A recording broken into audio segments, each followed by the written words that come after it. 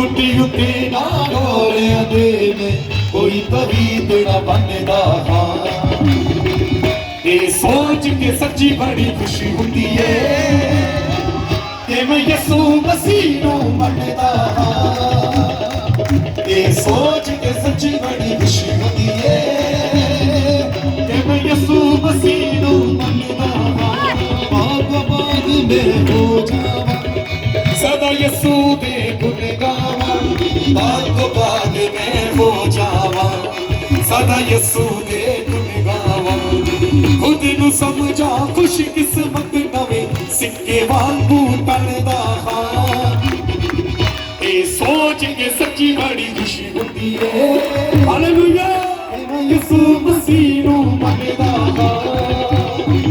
ਇਹ ਸੋਚ ਕੇ ਸੱਚੀ ਬੜੀ ਖੁਸ਼ੀ ਹੁੰਦੀ ਏ ਕਿ ਮੈਂ ਯਿਸੂ ਮਸੀਹ ਨੂੰ ਮੰਨਦਾ ਹਾਂ। ਰਾਈ